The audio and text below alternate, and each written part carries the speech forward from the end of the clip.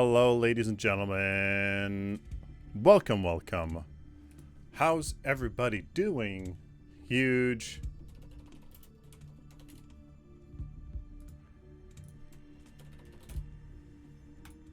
How's everybody doing? Oh, that's what I want to do. I wanted to put this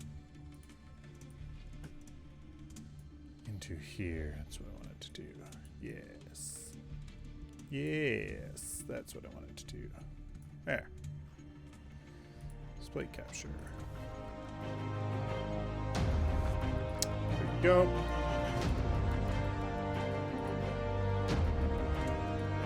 Greetings, and welcome to Fault, a 5v5 competitive MOBA in the spirit of Paragon by Epic Games. There we go. Fault is made by a small team here at Strange Matter Studios. Welcome, welcome, welcome, guys. The game loop for Fault is completely finished. Not only that, but the game run.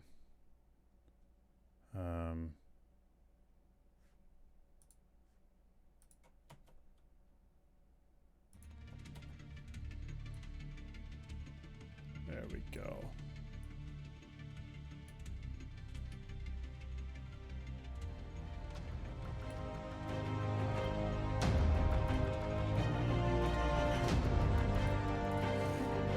Alrighty, there. Greetings, and welcome to Fault, a 5v5 competitive MOBA in the spirit of Paragon by Epic Games. Fault is made by a small team here at Strange Matter Studios. The game loop for Fault is completely finished. Not only that, but the game runs smoothly and even has many of the standard MOBA features you expect. These features currently include 11 heroes, 14 passives you choose from each game, minions and towers, raptors, orb prime, over a dozen crowd control and debuff statuses, and over 30 legendary items with unique actives and passives. That said, all of the mechanics herein are not final, and will likely be adjusted or reworked by our game designers and through feedback from the community. Now getting into the tutorial. Can't hear me? Most of you already know what to do, so I'll stick to the key elements and the mechanics that are unique to Fault. I made it too loud, eh? The gameplay clips in this video are from small internal tests, and thus are typically only 3 versus 3 games. As stated previously, Fault is a 5v5 game, and will be played that way when you load in. Advanced audio properties? You start by selecting your hero in draft. At draft, you can select a hero skin to use. Other cosmetics like emotes are also functioning. Is that better? When you load in, you will Congrats first on getting choose on the your team. aspects. Thank you very much for writing this. Aspects give you passives that you keep all game. Part of the team. You select 2 of them from over a dozen options. The color of each aspect denotes the faction it belongs to. You can choose any 2 aspects, no matter what faction they belong to. However, the aspects and factions you align to for each game will impact your playstyle for that game, as well as decision-making when buying items. While you are in your base, you can purchase items using your gold. To open the store, press the I key. Notice that the item store uses a tree system instead of recipes. If you click the legendary item you want, you can see the item path you need to follow to acquire it. Any player can buy any item from the store that they want. However, each legendary item has a color that indicates its associated faction. This will come into play later. Oh. Sorry. Sorry. I forgot that it does that. I forgot that it's silly. I'm sorry. I'm sorry. I forgot. Sorry. Nice to have you back. Big mercy. Thank you very much, man. Thank you very much. Absolutely appreciate it. Absolutely appreciate it. Thank you.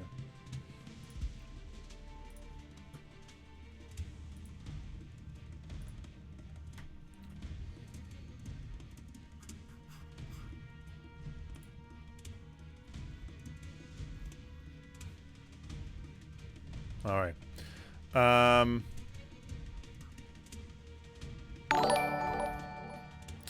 Take attack. Hey, hey, hey. Fault. Tutorial. I'm gonna add in another video. Hopefully this time. Oh man. I need to go see a doctor. There, I'll just mute that.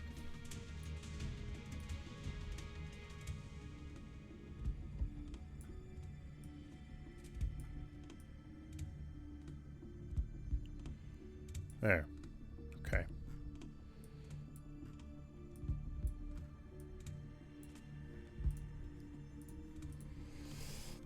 All right.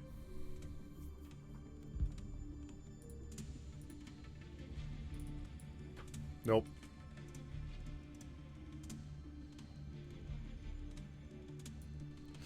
Ah. There we go. Okay. Stop it. Move this over here. I'm going to move this over here. Okay. There we go. Okay. All right. That's fine. Throw me away. Feels to see you've been missed. Oh, thank you so much, man. Tux Waters. Am I even more confident now? Thanks. Thank you, thank you, thank you. So why the switch went from core to fault? Yeah, I had to I had to move on. Had to move on. It was a really tougher time with kids and family stuff and whatnot. I think things have kind of changed, but it was just time for me to move on.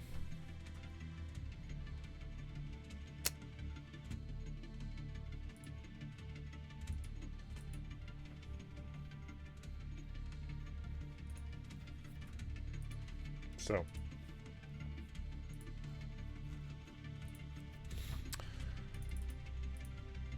Okay.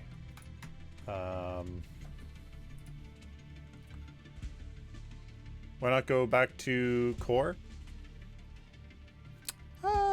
They did reach out to me. Oh, yes? Mike's now. Congrats. Thank you very much. Thank you, thank you, thank you. Thank you, thank you, thank you. What is Faults? So are you NDA, or can you tell us what kind of work you did on Fault? Actually not under NDA, but still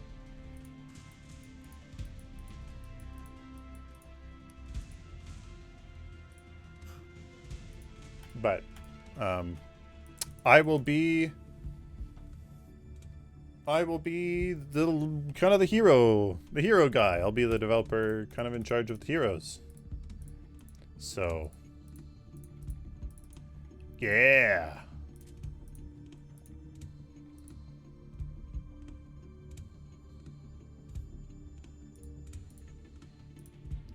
So, yeah.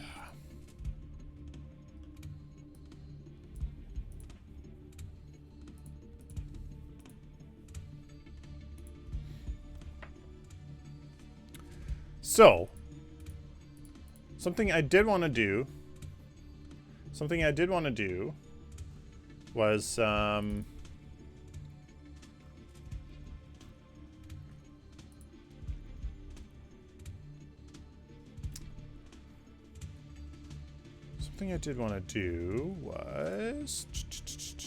new folder.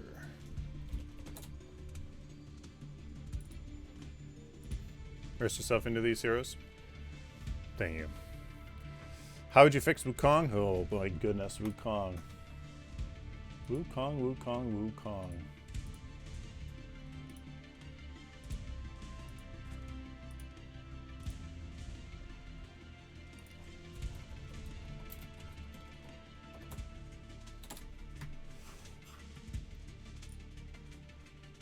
Yeah. He's tough. Depends on a lot of things. Depends on what exactly you want to do with them. Depends on exactly what you want to do with them.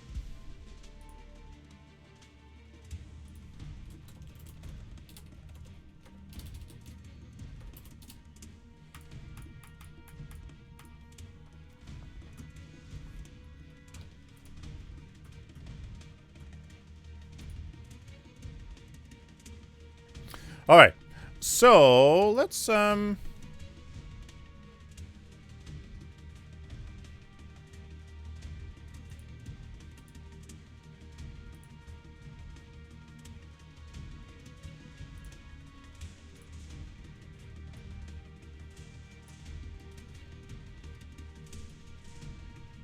Let's do something here. Okay. It depends on what I want to do with them. Well, yeah, I mean, yeah, me, whatever. How am I doing, Marpoletti? Pretty darn good. Rick had so much Peter, but then having him the love he deserved. He's definitely interesting.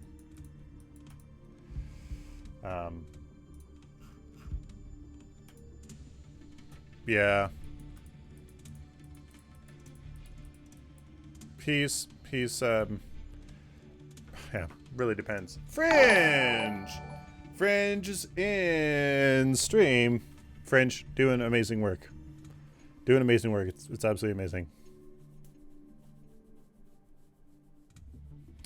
Skirkor working on fault. What happened? Jumps ship too much. The Jacka, hello, welcome. Whatever game development are you? I'm kind of the hero guy. I'm the hero dev, or very very quickly. All of a sudden. Akaya Ninja. Thank you very much for the follow. Welcome. Thanks. Fault's amazing too. Hey, they've done absolutely incredible work. Just crazy. Scion, it was time for me to move on at the time. It was past quite a few number of months was quite difficult, and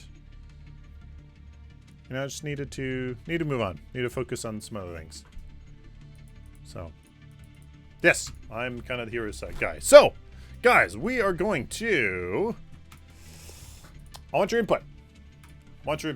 Hero priority. There's already some out, obviously. Marfred, welcome. There's already some out, but I want to do something with you.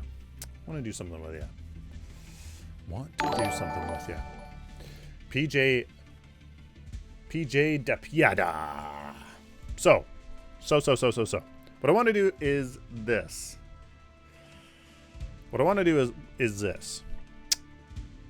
Do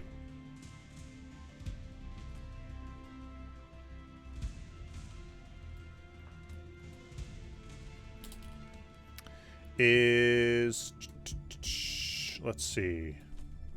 So we got ability carry. We have attack carry, ability carry. Oh. Hey. What up? Not much. Just say hi to everybody. What's up, stream? I don't know how to interact with stream. I'm sorry. That is okay. It's basically talking to yourself, so it gotta be a little crazy, I think. So, stream. This is Omninaut, the big guy. What's up, bro? Yes, current lead of game design, hero design, everything. All the design, map design, most everything. And obviously I work in collaboration with the remaining members, or the other members of our team. And so they've obviously put a lot of input into it, but for the most part, the design work was done on my end, and then with collaboration from everybody else. So yeah, so hopefully most of the designs I put in the game were very strategic and well thought out. Hey man, you have more fundamentals in the game than I think Paragon ever had, so yeah, we're gonna keep it that way too. Yeah, so we can only get better, really. Absolutely only get better. So I have no clue what our agenda is going to be here, but we can either answer questions, or we can talk about general principles of game design, like what we want Fault to be like. I don't know what people are interested in hearing. Well, I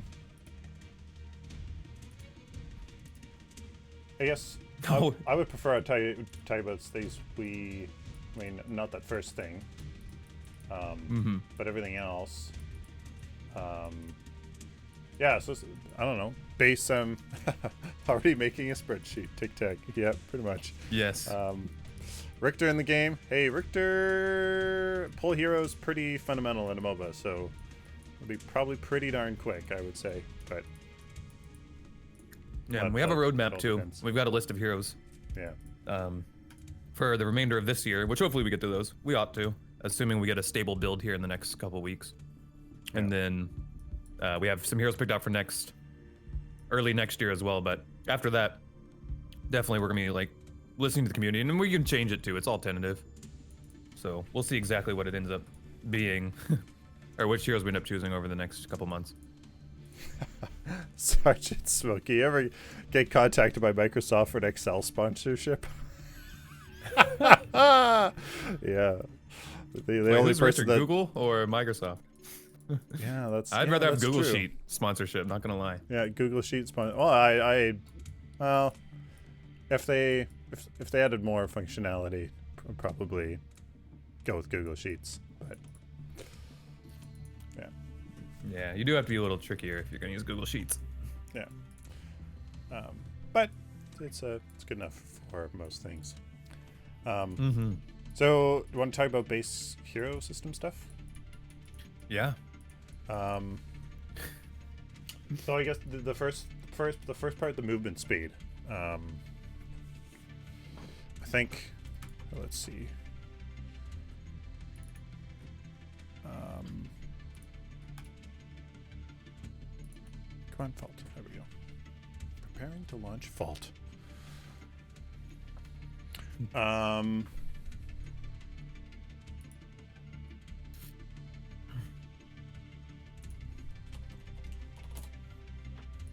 does it say? No, it doesn't say. Okay. It seems. What's so the whole boots thing? What like is Ooh. Yeah. What do you think of in my I don't know which video going over items? I think I basically kind of was like put my thoughts on boots and stuff like basically I recommend kind of getting rid of them essentially, but scaling movement speed with economy can still happen, and I think it's a good idea because every other MOBA does it right. Like multitude of reasons, combat for map traversal, obviously rotation times, like all that stuff, right?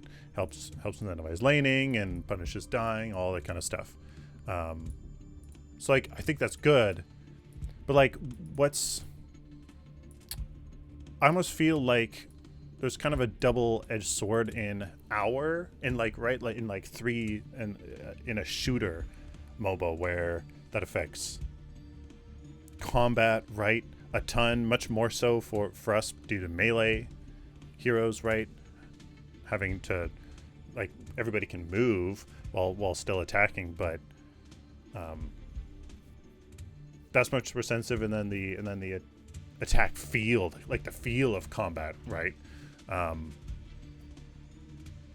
Is much more sensitive, and then you have to aim. So then if you're trying to aim at the early game, people are slow, and then like in the late game, people are fast. And it's like, I guess the field just changes, but like I couldn't imagine,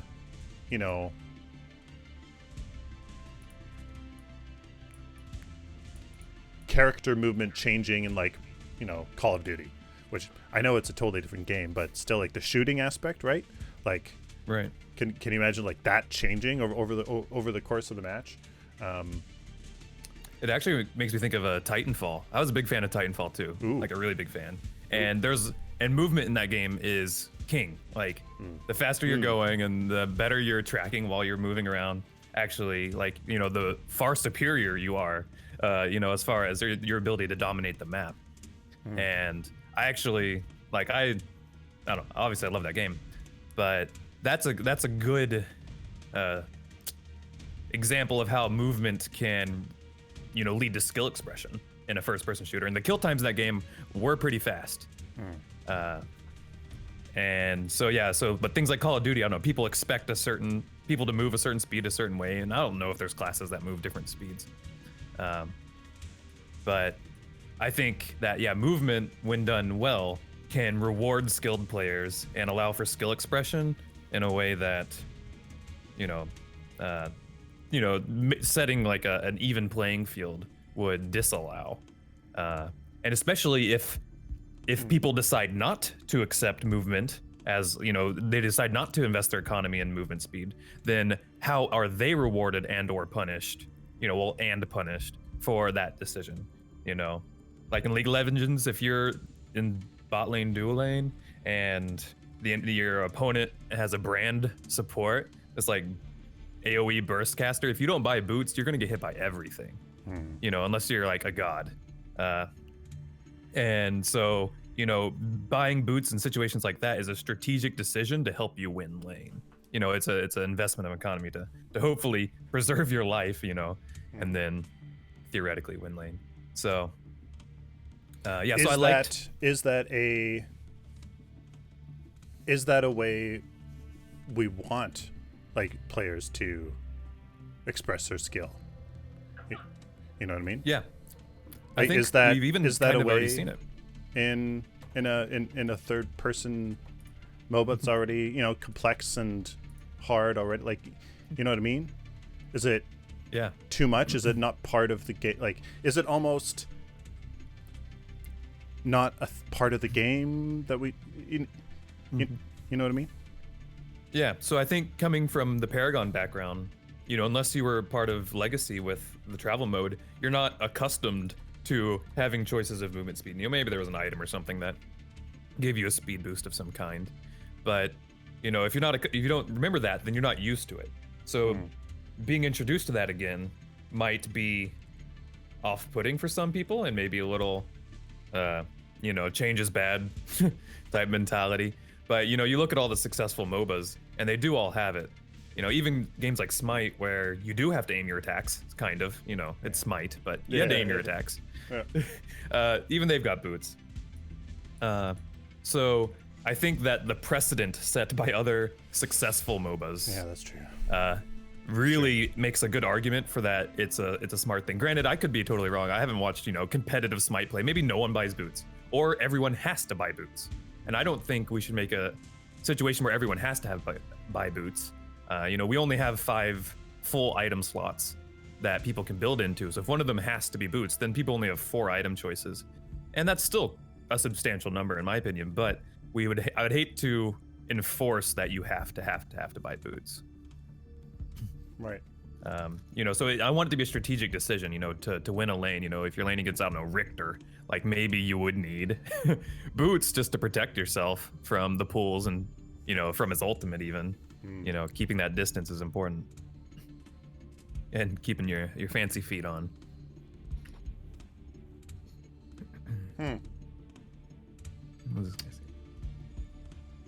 Yeah, so in a lot of MOBAs, I think the games do usually, most people buy boots, and then some crazy burst mages might sell boots late game, but for the most part, I think all MOBAs, it's kind of necessary to buy boots. And I don't necessarily want to go that route, but I think people like to see boots, especially people that have been playing other MOBAs for a while. Yeah. Waiting for Paragon to come back. Yeah. I think, so some people are saying we would then for sure need 6 item slots. Yeah. I agree. And we're open to that. I agree. Boots should stay in the game. Mm-hmm. Yeah. No, and I it's interesting that, I definitely accept the precedent that other MOBAs set, and it's good, right? And it's good. Mm-hmm. Like in Smite, I remember being it changed too much. Like it was, you're like super slow in the early game, and then late game, like if you're melee in Smite, it's complete gong show trying to hit anybody. So way too fast. People are running way too fast. You can turn corners.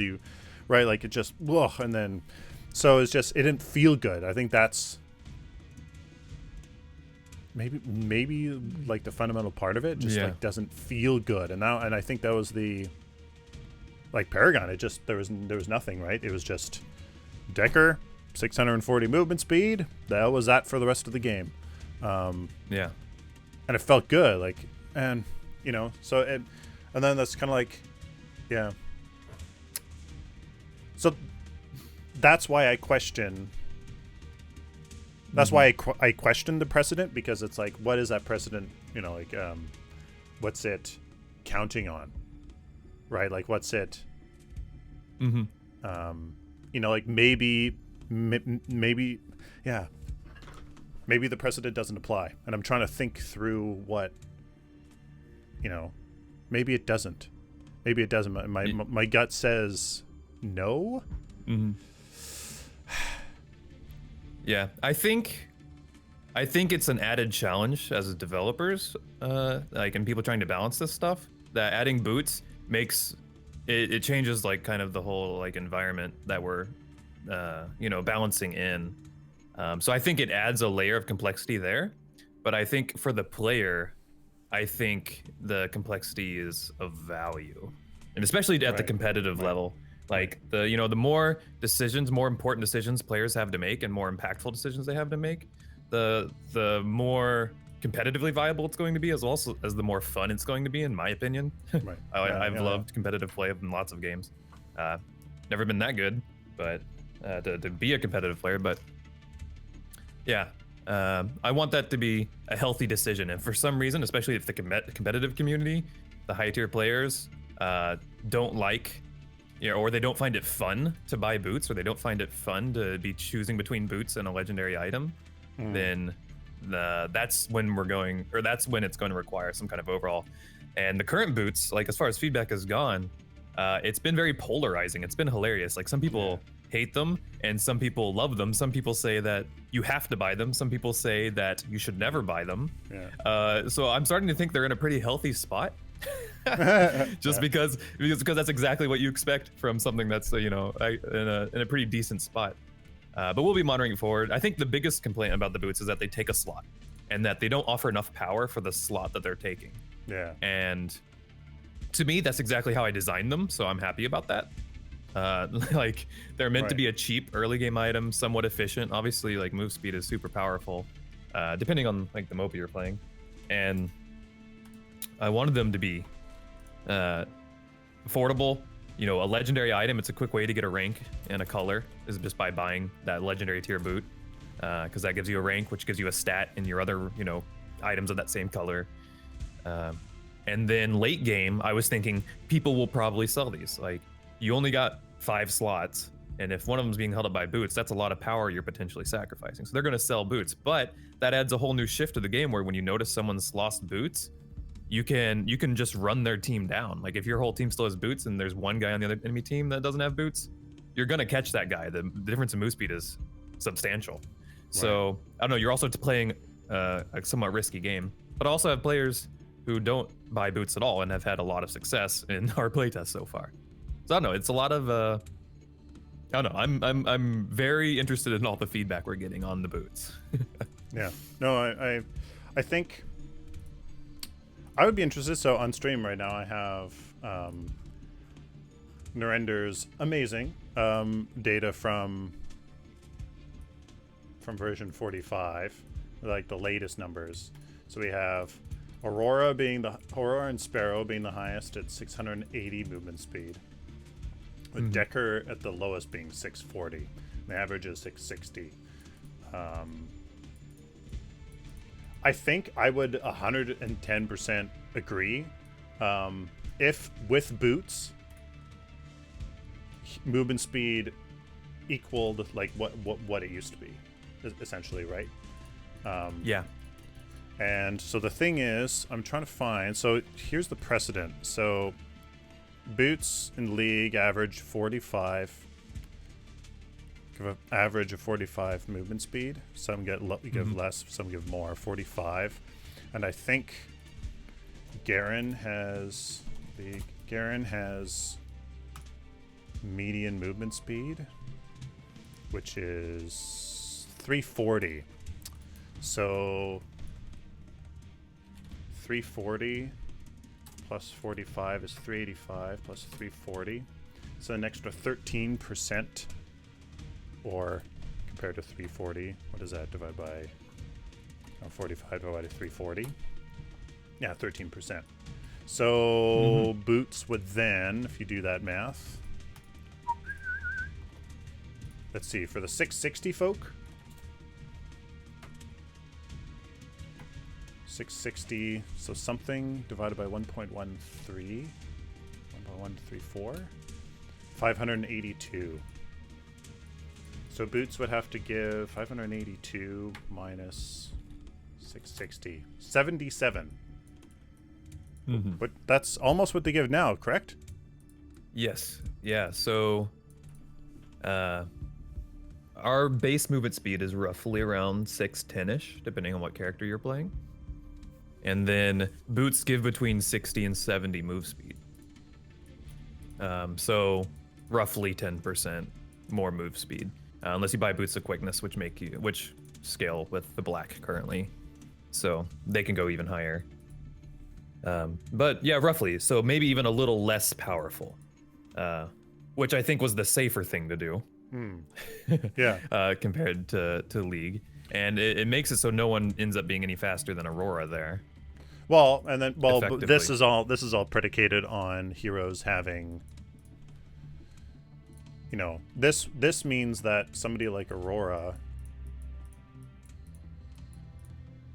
So if boots on average gave 75 movement speed, that would mean, you know, who's in the game right now? Kwang. He would have 600 off the bat. What does he have right now? Do you remember? Let's take a peek. I've got the sheet pulled up. 620. So he starts with 620. So yeah, and you know what, that is almost like exactly what I feel like. Like heroes move a little too fast with boots, and this proves that right there. So yeah, so he'd be moving marginally faster. Then maybe depending on which boots, arguably he maybe should be. Then he did. Right. Depending on the, you know, if you liked how fast people moved in. Well, I think that's the yeah. So like that's the, you know, like I think people would agree that the feel of combat was fantastic, right? So like I don't know. That's always like for me. I would say like, you know, stuff like movement speed. We like basically can't touch, right? Like that everything that affects combat is like, you know, is like that's like what do you call it? Range, basic attack range. So like so like the next thing maybe attack ranges. Well, just one more comment on the move speed is that if our characters are moving marginally faster, we also have I wouldn't call it marginally bigger, but our map is bigger than Monolith too. So like, and I think the best way for people to see that is to look at the left side jungle on our maps. The left side jungle on Monolith was like diminutive. It was just this little square size space. Of one caster ability. Yeah. And if you look at our left jungle, it's enormous comparatively. Yeah. So it's good to keep in mind that having marginally faster move speed also just helps map travel times when your map is bigger than Monolith. It also, the issue though was that Monolith had way too short. yes, that's exactly what we were solving by making our map bigger. We need to keep travel speed at around average 660 with a much bigger map, because it was not. Yeah, it was a terrible design, and we can maybe talk about that at another time too. Yeah, I should just show you some math with that.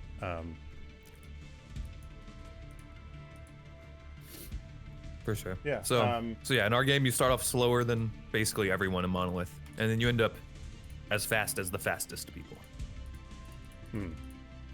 Which, for a lot of these casters down here, that will be a bit of a. Everybody seems to move a little too fast. That's what I'm noticing. It's possible. Right now.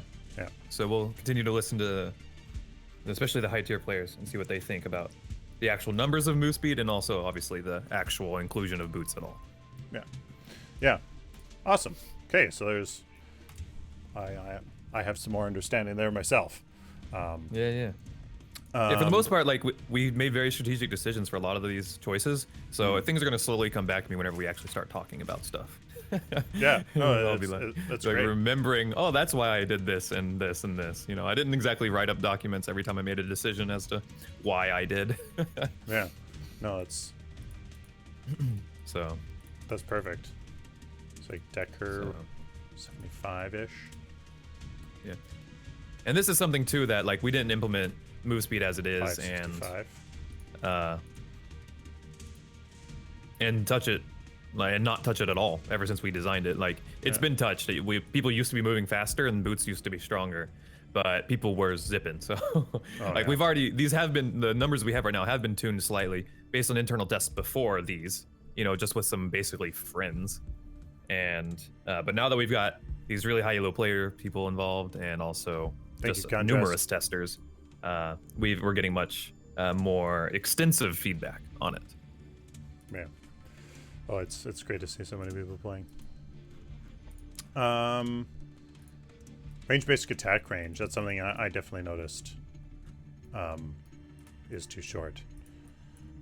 I don't know what is it right now.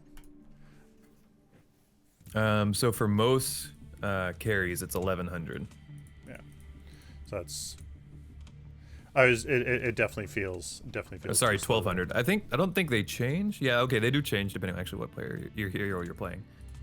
These are things that we're like playing around with, because in a sense, I want to know if people can determine. You know, it's like, oh, Twin Blast has 1200 range, Murdoch has 1100 range. Are people going to notice? Will they care? And especially because we have a card that increases range. Right. You know, if Twin Blast takes the Ace card, which gives him 10% more range. So suddenly he'll have more range than he did on Monolith. Yeah. He'll have 1320 instead of 1200. So, I really like in League of Legends that different carries have different attack ranges. And you know, and people with shorter range tend to be either hyper carries because they hit harder than the people with long range, or it allows them to develop kits that aren't necessarily like typical, because you can give them more power, but they can't abuse it at such long range. For them to do so I like the dynamic there, and I don't know. I want characters that really epitomize that, and that's something too that maybe even like we might play around with Murdoch. Give him significantly shorter range or something, but then, you know, hit like a truck kind of stuff. Just to make some more radical departures from Paragon's design too. This number is being tuned as well. Honestly, I haven't got almost any feedback on it, which I think is a positive sign. That, you know, our current implementation isn't bad. You clearly, like, you noticed right away, which is very, very interesting to me. So you could tell just by running the map and shooting, huh? Oh, it absolutely immediately. The very first attack I noticed. And so like this should be like the average 1300.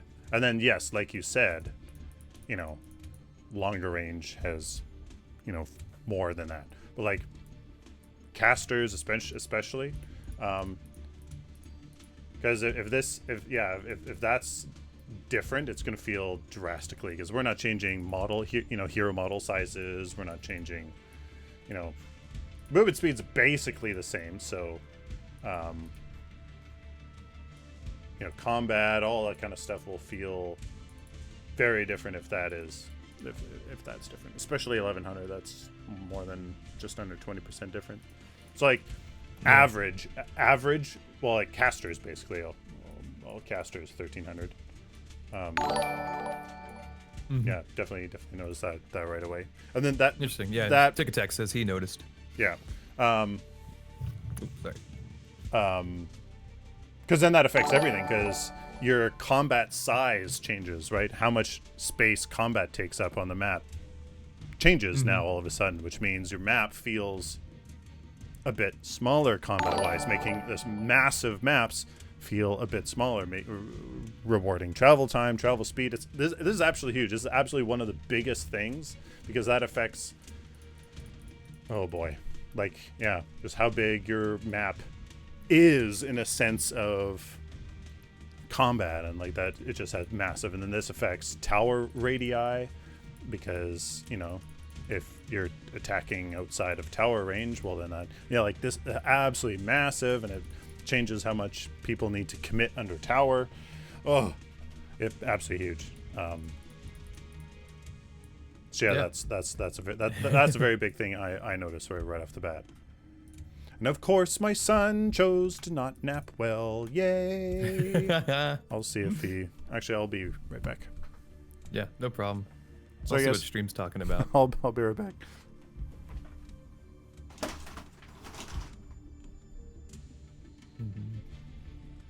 Or at least staying, talking about Murdoch. I was talking about shortening Murdoch's range. Yeah, his sniper ability would still be cross map.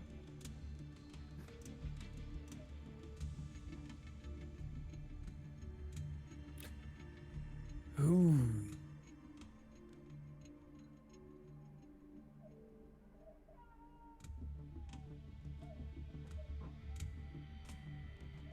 Guys, I'm a terrible streamer. Being an observer. Yeah, I think, yeah, whenever we were going to have a meeting today about like the projects he's going to be working on, and I was like, yeah, I'll be home in like 30 minutes. He was like, oh, so I probably shouldn't start my stream. And I was like, nah, go ahead and start the stream. We're not like, we don't have to talk about the projects right now, but we can talk about, you know, general design choices, and, you know, and I knew the community would show up too. So yeah, but we hope to do like proper dev streams like really soon.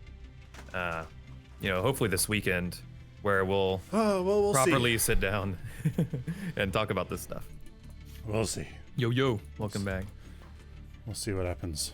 I don't know. He slept Still laying down? He slept a very long time this morning, but we'll see. Okay. Character acceleration. That felt very different, or that felt a little different as well. Yeah, I took no part in the design of that number. So I have no clue what it is, nor what it should be. Yeah, but yeah, that's something that's subject to change. For sure, I think we want characters feeling crisp. Yeah. But one of the cool things about Unreal Engine is the physics in it all. So having, you know, realistic, or, you know, I don't even know, like, but finely tuned parameters of that to, you know, encourage a certain style of gameplay even would be, I'd be very interested in. So if our number is far from what Paragon had, did we have a number for what Paragon had? That's the toughest part. Okay. That's the toughest part, is that we have absolutely no idea. That's a deep character stat that, yeah. Mm-hmm. So essentially what I did was I watched, oh, well, I don't want that. Here, I'll show you what I'm doing. Essentially, oh, do I remember everything? Okay, there we go. Whee! Delete. Essentially what I did was... Oh, balls. Oh, okay. Hold on, I need to do that. Okay.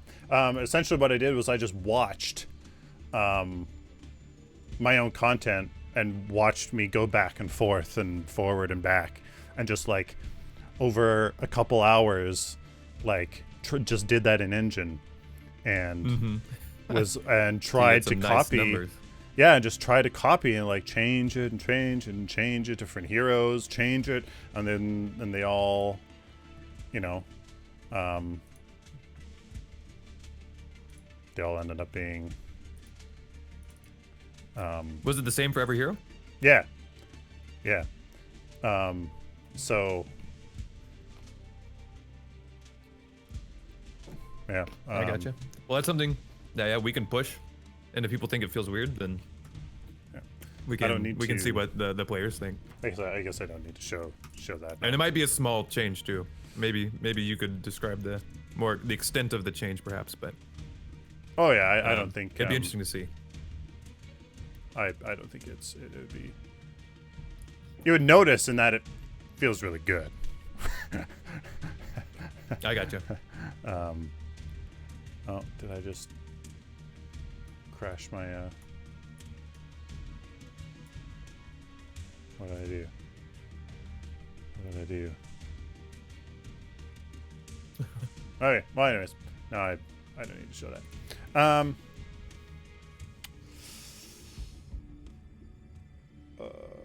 Yeah. Okay. And then attack ranges, movement penalties. What are they right now? That's a question. We'd have to check the engine. the current document we have is not right. For the most part, like all of the documents that we use for numbers, I've written some code just to parse them and put them into data tables that we can put right into the game. So everything is pretty easy to manipulate, but some numbers aren't like that. Yeah. And that's one of them, those penalties. So it's really hard, so we don't have a good record of it, because if something needs to be changed, I'll just tell them to change it, and we often don't change the actual docs that are just there to look pretty. But I can give you like rough numbers, but we'd actually have to look at the engine, because we do tweak it somewhat often, so the numbers I remember may not even be right. Oh, here we go. But we can see what they were in Monolith. And movement combat slow on melee hit 20%, movement combat slow on melee miss 5, movement combat slow on range shots 25. Yeah, on a miss. So I'm pretty sure ours is 15 on a miss. So you still get slowed down pretty substantially if you miss a melee attack. Strafe penalty 15, back penalty 15. Movement combat slow range shots. So this was,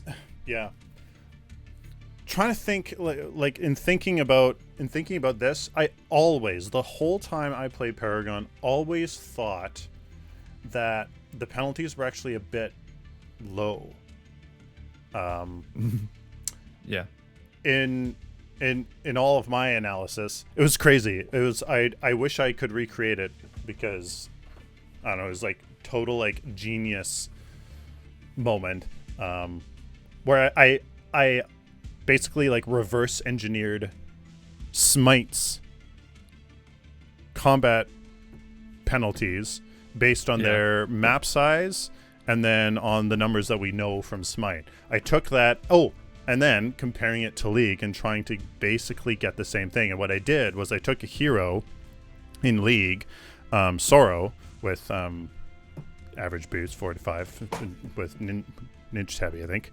And what I did was I stutter stepped across a tower, the whole tower. So a stutter stepped and ranged and attacked the tower. And I recorded how long it took me to do that. I did that a whole bunch of times, found the average, etc. Then I compared that to just walking across it or just running across it.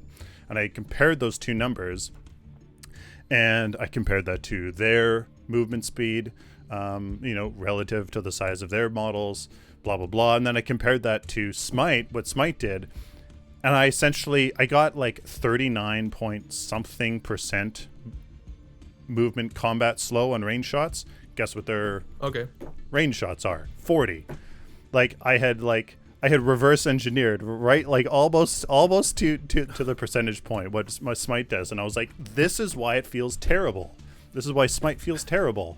Because it's such a heavy slow that they have. Meanwhile, I've always felt that Paragon's was a little too lenient, especially back penalty. Like I don't know why strafe and backpedal are the same, and I always felt like those are different. Like if you're strafing but backpedaling, at least you can only see 50% of what's behind you, because you're facing still backwards, but 50% in the other direction. So it's like, but if you're backpedaling straight up, then you're seeing 100%. So like, much you're getting more bang vision wise for your buck, and you get to attack and blah blah blah. Whereas strafing is different. So it's pardon me, I've always wondered why backpedaling wasn't more. So that's something I've always considered, increasing these, not by much at all, but increasing them a bit, and just seeing how that would feel. I'm confident that backpedaling is a 30% on our game. 30%. So if you're backpedaling and shooting, you come to near crawl. But I like that personally. But maybe it is high. It's one of those things that we are still tweaking. Like, we changed it in the middle of last week as well, in the middle of testing. A lot of people were saying that they didn't think there was any penalty for shooting, was the first thing that we heard from some people. That can also be, well, that can be because of just movement speed, period. Like being really fast, and then, like, yeah, a percentage of a bigger number is still a bigger number than a percentage of a smaller number, but I think people still used to what Paragon used to be, right? And if you're attacking and you're still moving faster than when you were attacking before, it's probably what's going to be. So, like, yeah, I've always wondered what, if movement combat slows could be like 30% for range instead of 25. Just a little bump. Combat slow and melee miss 10% instead of 5s. Melee hit 25. I've always wondered. And then backpedaling, I don't know. I always say because that's a really tricky thing to balance, like for carries, right? Because if carries are strong, just changing that number just a little bit is going to impact the game substantially. Yeah. Because that's the trick, right? Holding backwards and shooting the tanks that are trying to dive you, so it's a very tricky thing. So I think we can dig out the numbers later today and look at them. But I'm confident that exactly what you're describing is more or less what we have in the game. So we'll see. We'll see what feedback's like. Yeah, I don't think people are going to be too picky about it, but it affects the the speed of gameplay. It affects how carries feel, especially. So it's something that we're looking out for. And I mostly main carry whenever I play in these tests. Nice. So I'm not a carry main, but I've been playing a lot of it because that is important to me. Is that carries are strong, carries are in a good spot. Well, because those are what carry the competitive scene, right? Or should. It shouldn't be the two tanks on the team that carry the team. They can and should. They should have their role, but as far as the feel of the game goes, I like a carry-centric gameplay, I guess is what I'm trying to say. Yeah. No, absolutely. Okay. Base hero system stuff. Yeah, I think all of that would be huge and would obviously make heroes even better, even more awesome. So for sure we'll get on these numbers once we get you fully orientated. Yeah, no, I'm excited. I really look forward to it. My son's surviving. That's a good attitude for a father. Yeah, he's still alive. Yeah. Fend for yourself. I'm teasing, yeah. Old footage? No, well, I don't know. This was probably last week, I think. If he goes down the stairs, we'll know if this is old footage or how old a footage. Definitely from this week.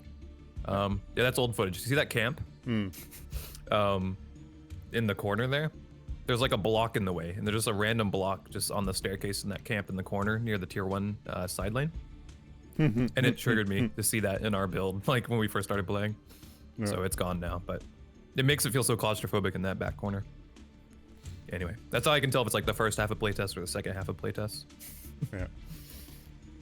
Man, looks so good. Oh, that's one thing. The health bars are like massive. Like they're like all you can see at some point. So I have no idea how Paragon used to do it. We have a guy that's volunteering his services to help us with the HUD and the menus and stuff.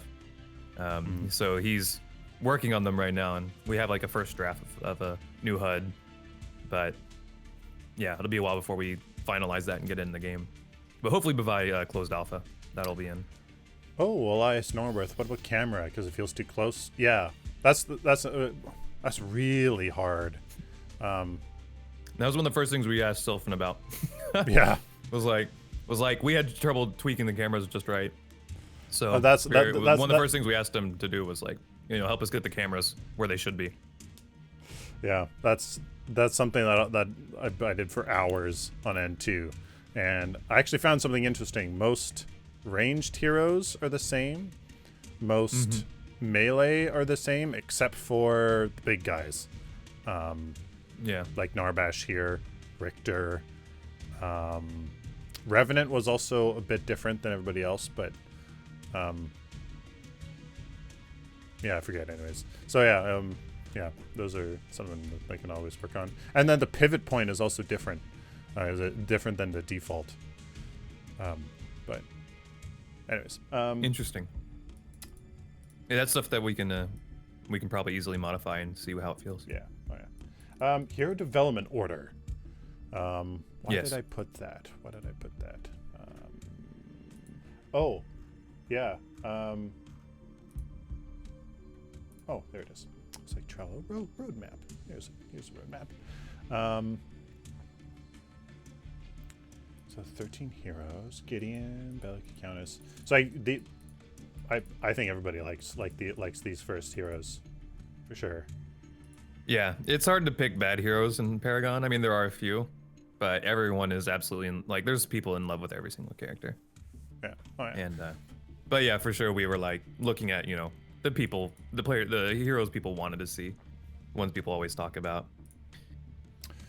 So what I was going to do here was, let's see, carry, support, mid lane, off lane, jungle.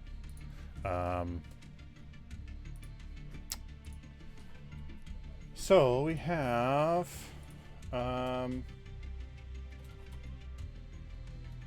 Twin Blast and Murdoch.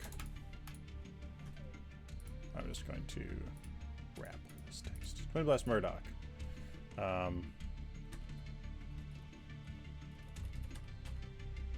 Well, anyways, I don't know what I was. I think I wanted to look at the mix first, but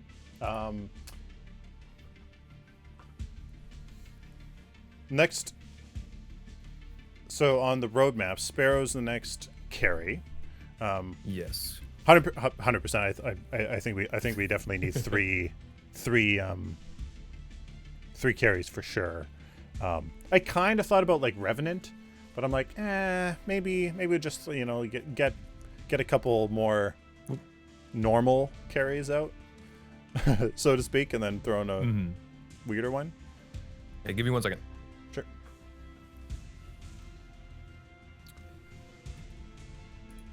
Okay, I'm back. Sorry.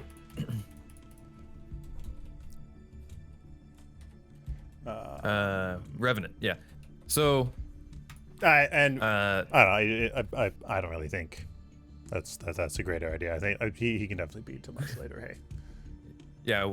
Whenever we're looking at, especially adding in like the first few heroes, like we want like a good variety of like not just the roles that are in the game, but also kind of the archetypes that are in them. Yeah. And if they don't have a good archetype, to give them one. So like for carries, right now we've got Murdoch, who hits hard, a little slower attacking in general. These are general things. You can build him however you want. So he should crit harder usually. And then also he has a lot of utility. And then we've got Twin Blast, who specializes in like single target DPS. Yeah. So the kind of obvious carry we're missing is one that's like an AoE, like an AoE damage carry. So Sparrow is just like easy, like boom, like of course Sparrow. So yeah, so like the I guess the archetypes that they fill are different. Yeah, no, I agree. And then we have. So she'll probably get moved up to number 1 too. Yeah, I would say she. Yeah, for sure. See, I'm personally not crazy about the other 3: Boris, Kalari, Feng Mao. Like, Kalari's just too niche. Like, she's super cool, but like, I would much rather have Rampage rather than Kalari. I'd much rather have Steel than Kalari. I mean, an assassin. Okay, if you want an assassin, exactly. Then there weren't a lot. Do Shinbi before Kalari. I would do. Shinbi makes a lot of people toxic. Yeah. People that don't like Shinbi, I should say. Not Shinbi. Shinbi players aren't toxic. I'm a Shinbi player. Yeah. But. Or like even Serath before Kalari. But like, I don't know. You know what? Maybe she. I don't know. She's like the 5th, 16th hero. Like, she's like really close, but like maybe. Because like we're like Grux 100% before. I don't know. Maybe. The reason Kalari is at the top of the list is because of the stealth technology and the shadow plane technology. We have all that in our game. So putting her in early will help us make good decisions about how we want to handle stealth characters. A lot of competitive players don't particularly like stealth, like at all. And that did surprise me a little bit, but obviously stealth isn't that big of a role on our map. We have fog walls, but no shadow pools. You know, we have a couple items that involve stealth, but they're kind of conservative implementations. And so getting Kalari in the game will just help us evaluate how we want that to be handled, and and to what extent we want that in the game, because it has for some people it's not fun. At the top tier level play too, stealth is typically somewhat easy to handle, and at the low tier of play, it can be abused. And it becomes people don't like it because of that. They just get stomped by Kalaris because they don't know how to deal with it because they're not educated. So hopefully we'll fix that as a company too. If we have stealth in the game, we're going to educate our players how it works. So getting that in early will help us evaluate that for the long-term implementation of stealth. Thinking high level. There you go. Yeah, no, absolutely fair. Something you just don't think about. Yeah. Yeah. Okay, that's awesome. Feng Mao and Boris, like Boris. Yeah. So what's the that's thing a behind PR Boris and Feng Mao? Because I think like I started to build a kit for him, but we quickly realized that we weren't going to get him out by the time we wanted to go public. So I kind of put his kit aside. But it would have just been a PR stunt, like the first Paragon remake that come out that you can actually play, and it's like, oh yeah, you can play Boris, and it's like, wait, what's a Boris? Nice. And so people so it would be just a PR stunt, and it would give us an opportunity, and not just PR, but to kind of demonstrate our design abilities, right? To design a character that fits the environment with a kit that fits the environment, and and just show that we're capable designers. Thankfully, I think we've somewhat accomplished that with the current kits and the especially the item store. But yeah, so we wanted him in. I still think that we should get him out, maybe for closed alpha, but somewhat soon. But at the same time, I think making sure that the game stays interesting for the players that are in it, and giving people what they want, which is the characters they love. No one loves Boris, so at least probably there might be a couple guys out there, but no one loves Boris. So getting him out fast won't necessarily draw that 10 more people. Every time you release someone's favorite hero, you're gonna get that many more people who fall in love with the game and are excited to see their character. So we'll see. It'll be some kind of team decision. Or our new hero designer would be making those decisions too. If he's inspired, and he would make it. So we'll see. Yeah. Well, you've definitely convinced me. Well, you definitely made me less inspired to replace him. Yeah.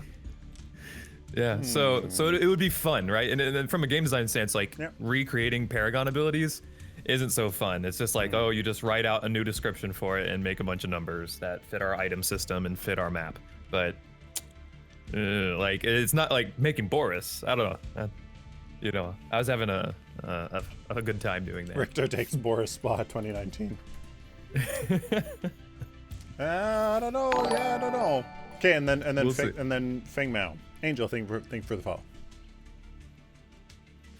Oh, I don't know why Feng Mao's there. Maybe he was meant to be a hybrid character too. Because like I was thinking characters that can be built differently, and Feng Mao I think works well as both an assassin and like a tank / bruiser. But you just detailed all melee melee archetypes right there. Classes. Besides assassin. So. Or no, you said that. So I don't know. Yeah, I don't. Yeah, I think. Or like a burst melee character, like Greystone's not bursty. Who else do we have? Chimera's not bursty. Quang, kind of bursty. We didn't give him a lot of tools to build, ability damage or something and just like become like a mage. And I kind of like him there, honestly. But Feng Mao would be an opportunity to make a burst fighter almost. Burst fighter? I don't know. Kalari could still be that way, but yeah, I don't know. I think that's why Feng Mao's there. None of that sounds quite right, but he's on the list. Okay. we probably had a good reason, and people like Feng Mao. I think he was up there, like on the polls and stuff that you'll see of people's favorite heroes. Him and he was tied with somebody. I forget who. Yeah. Okay. And here's my I got like 8 minutes, by the way, and I gotta take off. You can keep discussing, honestly, but looks like he's still sleeping, but yeah. Okay, and then I'll go back to stop. That? Yeah. Okay. Next thing is like hero like classes, if you know what I mean, like attack, like like basic attack carry, ability carry, assassin, yes, fighter, brawler, tank, a caster versus a mage, versus like to me, I see a lot of MOBA characters in these 7 classes. 1, 2, 3, 4, 5, 6, 7, 8 classes. Okay, sure. Well, support now. Yeah, yeah. I see them in this. I don't know, and like, I wanted to talk to you about that. A support is just like a way of playing somebody, right? Or like a role. Maybe. Yeah, it's a role. It's not like a class. Like like a tank could be a support too. Yes. Right. You can have a support tank. Most caster supports are casters. They just have support stuff. A mage I always see as like massive damage. Probably like almost no utility, no no defense, obviously, like massive damage. Whereas a caster, it casts things, ability based, cast things. It could help people, not help people, debuff, kind of all that kind of stuff. Tank, very obvious. Fighter, damage focused. Mostly damage focused, maybe some utility, mobility, etc. Brawler in between the two. These 3 are the hardest that I kind of struggle with, because it's like, can you really make them different enough? Can you really make them different enough? Right? Like, can you make? No idea. Can you? Yeah, and like in my head, I see them this way. Like, if you try to build tanky on a fighter, you just don't do enough damage, you don't do anything, and you're not tanky anyway, so you just die. If you're a tank and you try to build, damage, well, you just don't do damage, your scaling isn't there, and you're not tanky either way. Whereas a brawler, if you can like, he kind of has both, so you can kind of build him different way, you know. And yeah, and more Samicus. Brawler is more sustain. Yes, I would say that as well. But they can kind of do both, but not really, depending on how you build them. I don't know. Mm-hmm. And then an assassin just does a fighter, but like quickly. And can be ability based or basic attack based. Like it can be a, you know, if you know what I mean. Yeah. And then attack carry is like Twin Blast Murdoch, but then ability carry, oh my goodness. What's her name? Bellica. Smite. She's a flaming goddess. What is she? Oh my god, what's her name? Oh.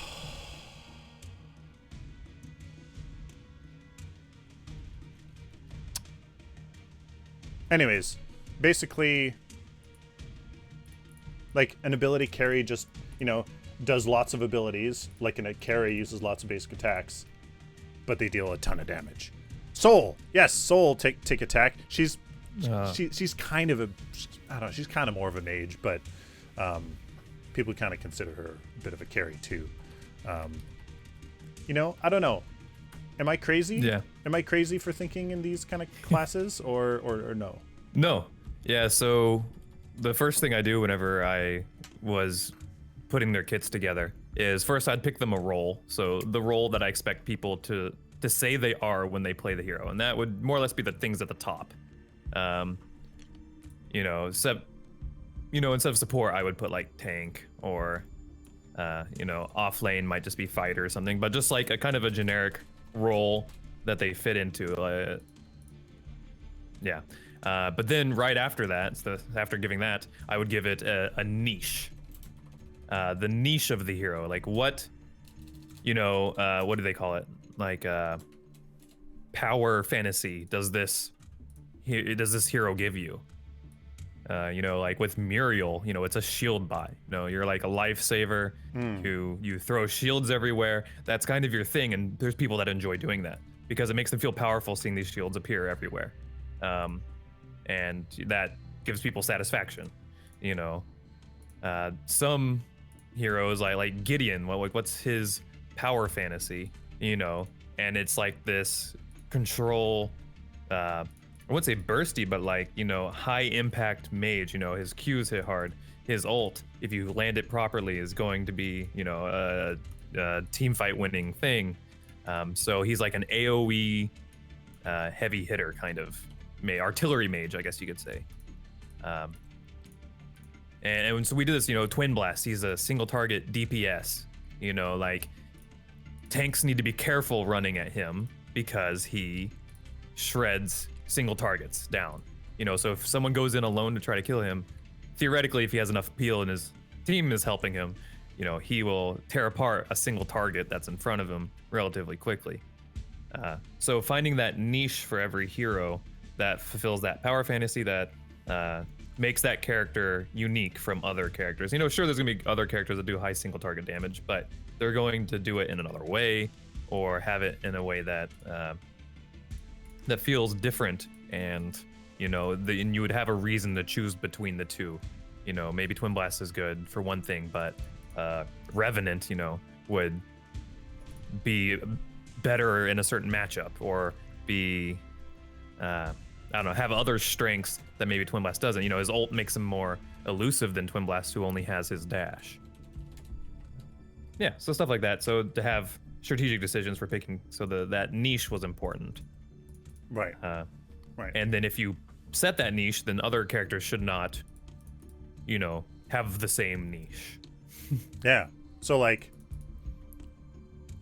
for me, a single target DPS fighter, Chimera.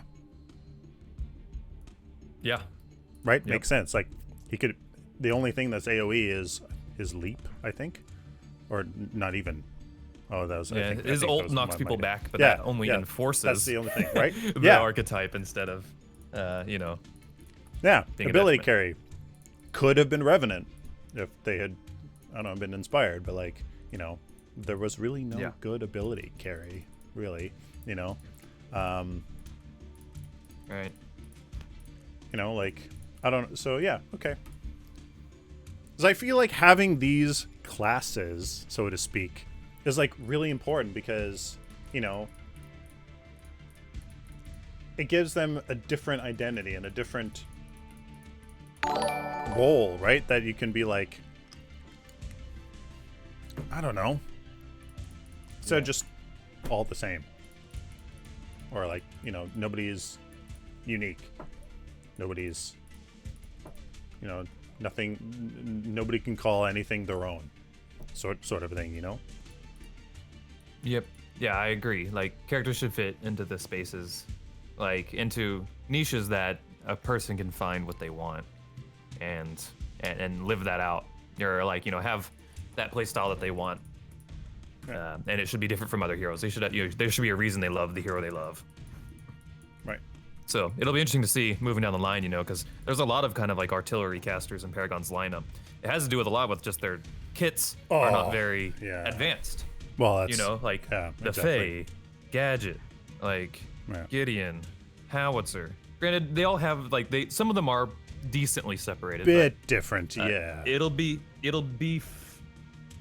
a good thought exercise to find ways to make their kits more differentiating. Yeah. Nope. 100%.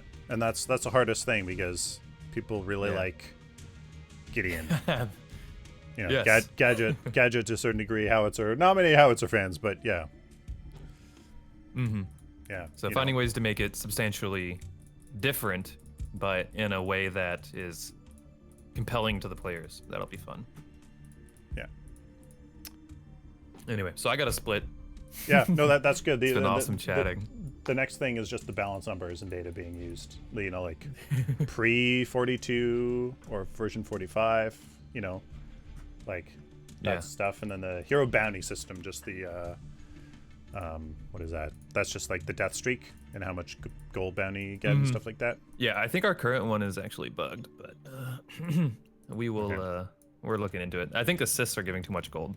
Like double assists? the carry, the kill gold for some reason.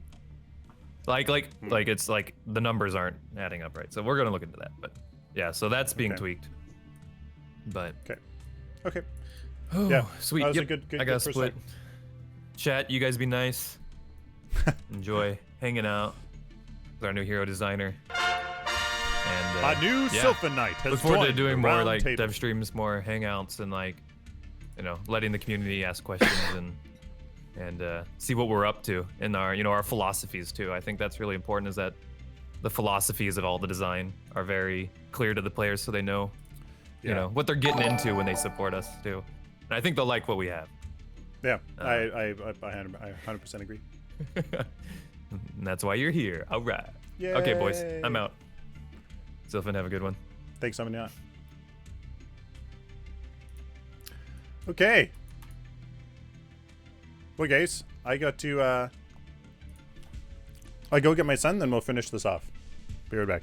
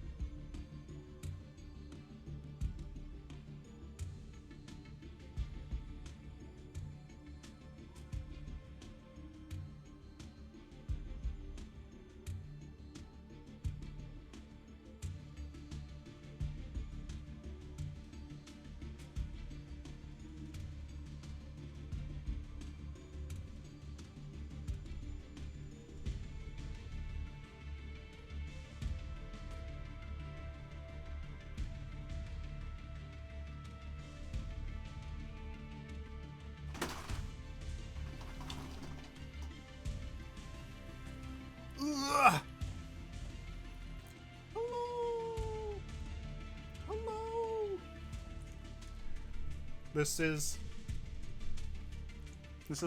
Sylphin Jr. number 2.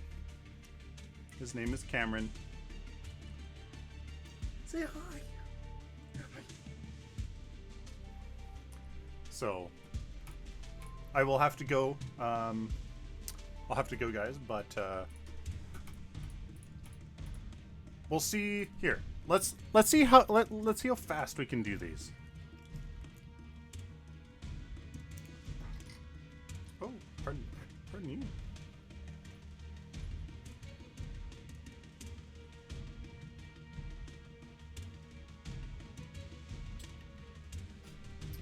All right, let's see how many of these we can do. So we have, we got Revenant, who can also maybe be in the off lane. Assassin.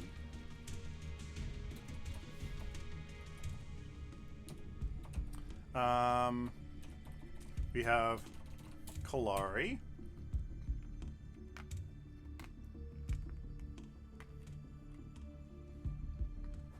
Way too much. What do you call it? Halloween candy. Okay. So, fighters. Fighters in the off lane. I personally think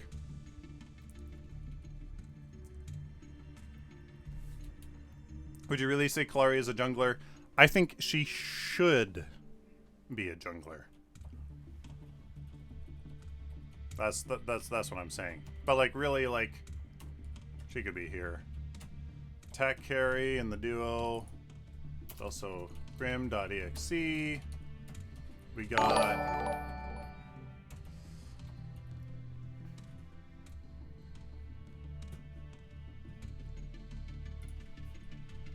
actually, here we go. Paragon Heroes.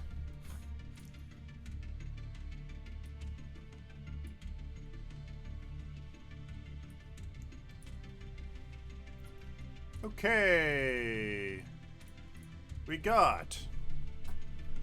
I think that Drongo can be an ability carry. Grim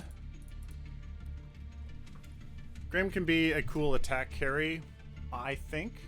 Murdoch, Revenant is there. Serath.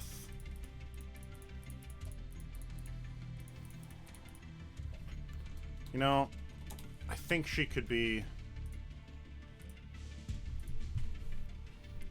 I think she could be in the jungle. We got Sparrow.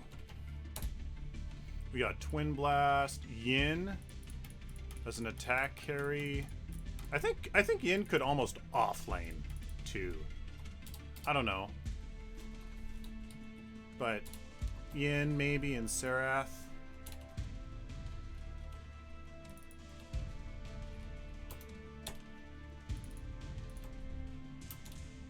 Serath, Yin. I don't know. I'm just making stuff up, guys. Wukong. Maybe in the off lane jungle even Wukong. I don't know. Mid laners, we got Countess. Yeah.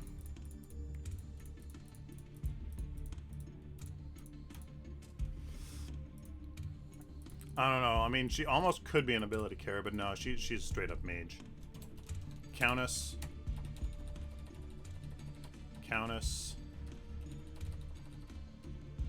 She maybe could offlane too, actually. Might be cool.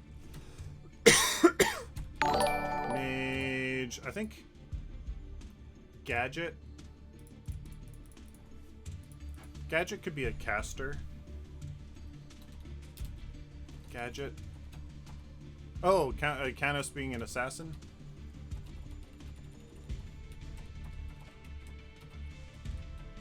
Yeah. Yeah.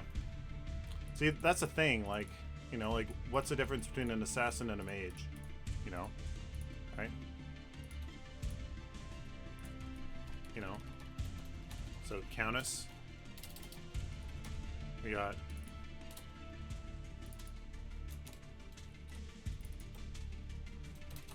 Countess. You know, we got Gadget, who's a caster, in my opinion. We got Gideon. Howitzer, in my opinion, is a mage.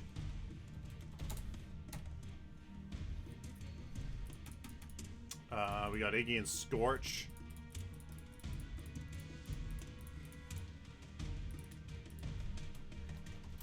Iggy and Scorch. I think maybe an off-lane caster, but I mean, whatever. We got Bellica. She's definitely a mage. Bellica, mage. Moragesh is a mage as well.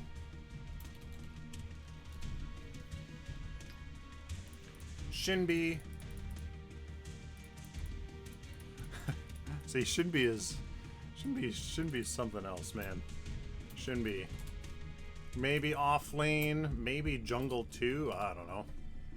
Let's see. You know. The Fae.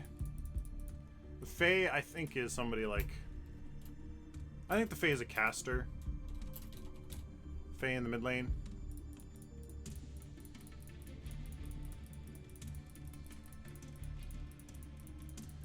The Fae. Wraith, I think, is the best as a caster, like he was meant to be. Zinx. WTF was Zinx. WTF was Zinx. Right? What was Zinx? No, nobody knows. Nobody knows. That's the key. Nobody knows. Nobody knows what she was supposed to be. Zinx. You know, I think honestly she was supposed to be some kind of caster support. I mean, that makes most sense. Support, Decker, Muriel, Narbash, tank support, Phase. Phase, we got Steel.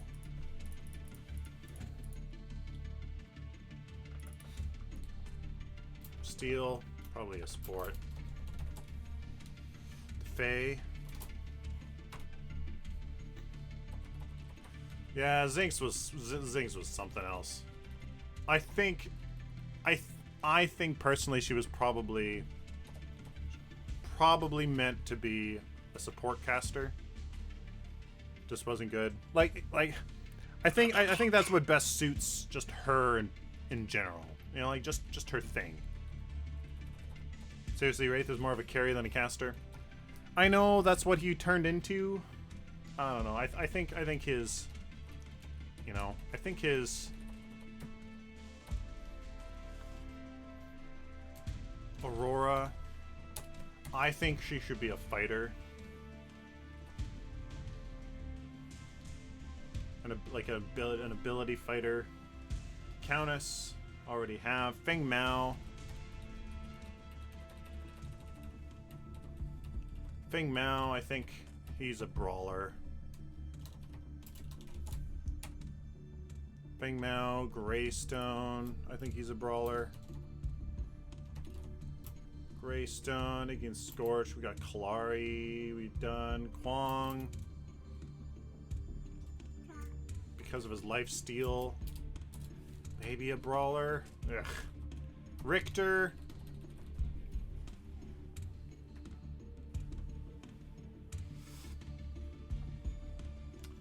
Richter.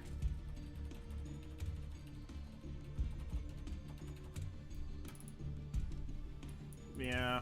You know what? I actually agree with that. I agree with that. Feng Mao can be in here. Feng Mao can be here.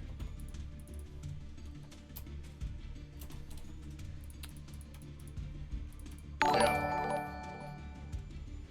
Thank you much for the follow, guys. Welcome. Richter, I think he's a tank. I think he's a tank.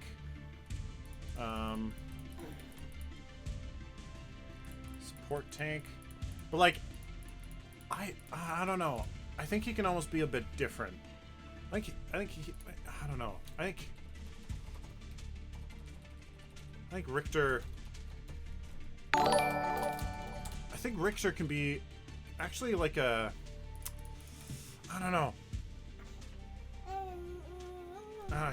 He's a bit hard. I think he could. I could literally jungle. I think so. I don't know. Tank, support. He could support too. Jungle, maybe even off lane. I don't know. Richter's all over the place. He's tough. He had no tanky abilities. Yeah.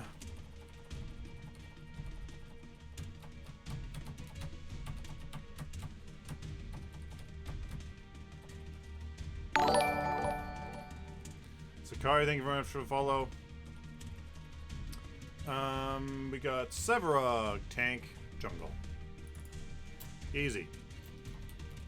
Severog. We got Shinbi already done. Steel, Wukong.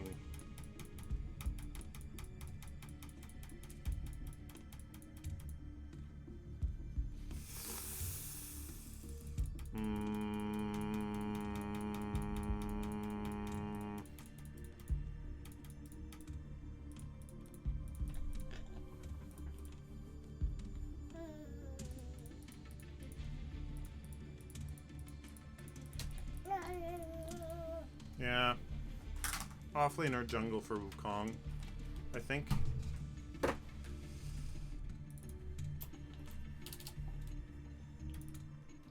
For Wukong, Zinx we've already done. Aurora, Crunch! Crunch, definitely a brawler in the jungle. Crunch.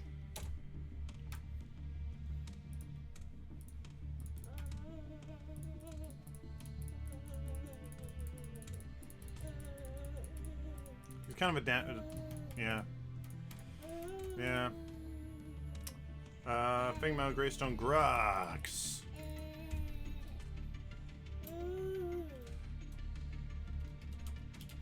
Grux. Crunch offlaner 2.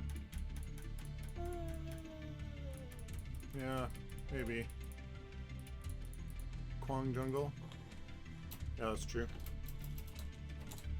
Kwang. We got, who else do we got? Chimera! I think he's definitely a fighter. Chimera!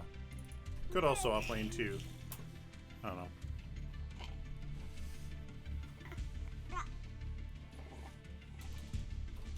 Maybe offlane, if you want to be with him. I don't care too much about this stuff, guys. I more care about the other roles. 1 second.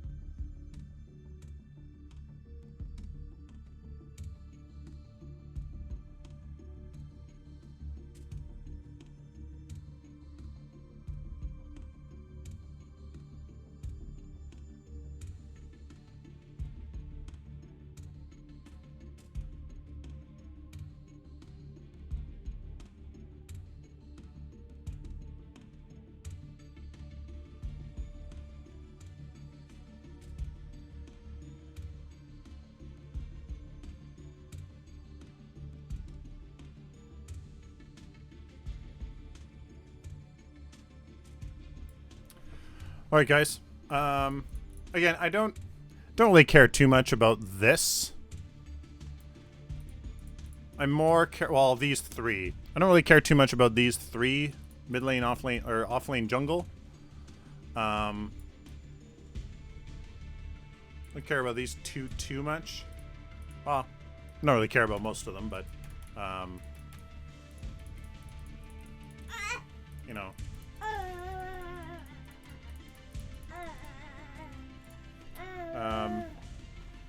We have, who else do we have? We have Kwang, Chimera, Rampage. Rampage, definitely jungle. Tank. Rampage, we have Richter, Serath, and Severa. There we go. There's all of them, guys. I don't have to go now, so... Oh, no. There's, you know, there's some, I don't know. We'll see. We'll see, guys. We'll see. This isn't too helpful, but you know.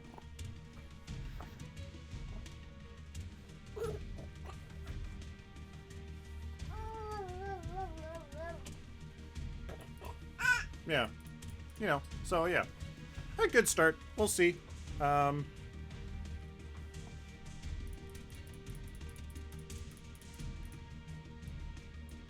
I don't think it's prudent to say, like, where they go is important, other than, you know, other than carry, other than the duo support kind of thing.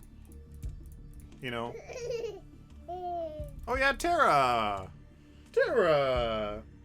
Where was Terra? Where is Terra supposed to go?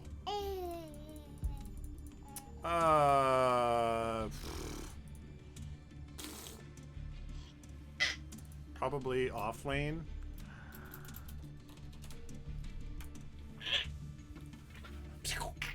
Whoa. Yeah. Off lane tank. There you go. So. There you go. There you go, guys.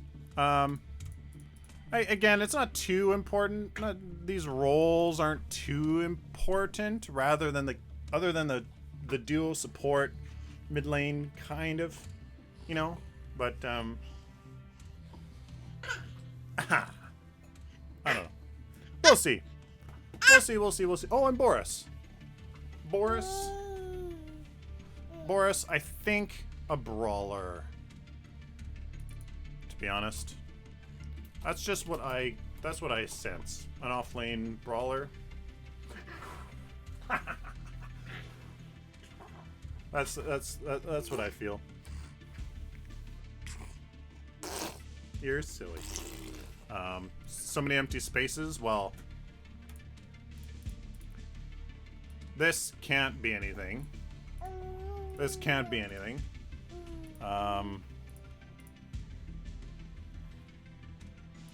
Duo, this can't be anything.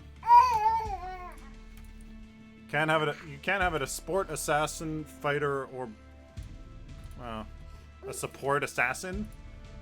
I don't think that's a thing. A support mage? I don't think that's not really a thing. A support fighter or brawler? Again, that's not really a thing. Mid lane attack carry?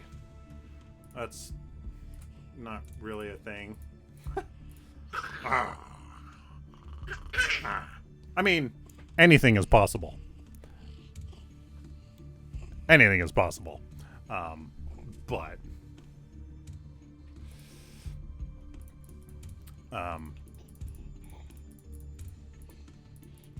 like a jungle caster, you know, support assassin in League of Legends. Yeah, well, yeah. I mean, again, which lane you're supposed to be doesn't really, I don't know, you know? Like, it doesn't matter to the point where, like, I don't know.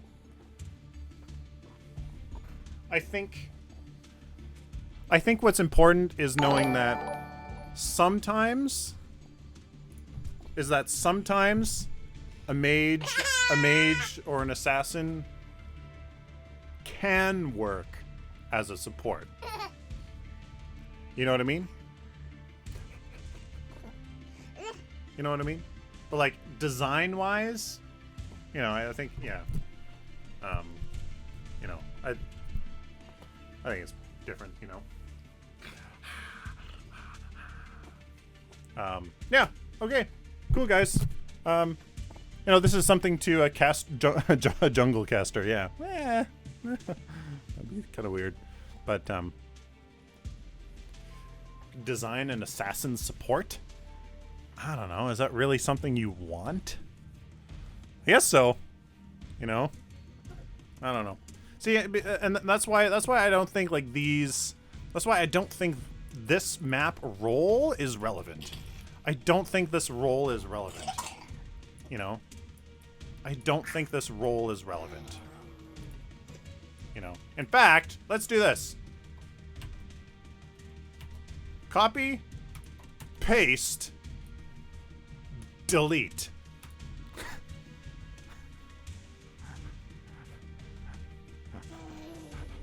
Copy, paste, delete. You know? And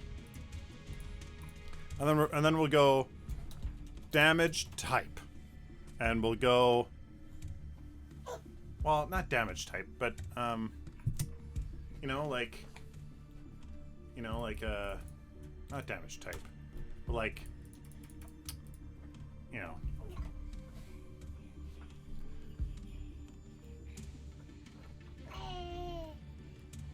but yeah. See, gamma, I agree.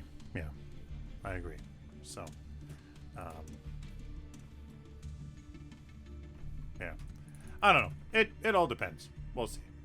All right, guys. Thank you guys very much for watching. I'm off. See you. Bye. Bye. Thank you guys very much for all of your support. It's absolutely incredible as we start on this wonderful next journey. Absolutely cannot wait for the future here. Absolutely cannot wait. Is there somebody else streaming that we can raid? That's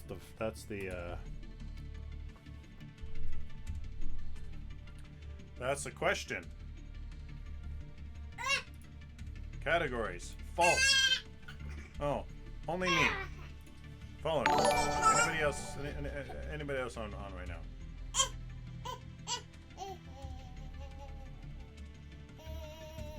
Nobody else is on. Okay. Well, I can't raid me. Tick attack. Tick. Attack. Tick attack. There we go. Alright. Alrighty.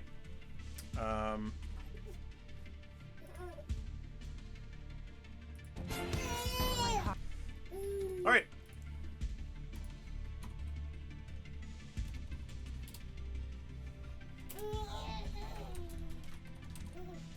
Thank you guys very much for watching. Hope you guys enjoyed. See you guys tomorrow, hopefully. And thank you guys very much. Hope you guys enjoyed. Till next time, like always, stay positive.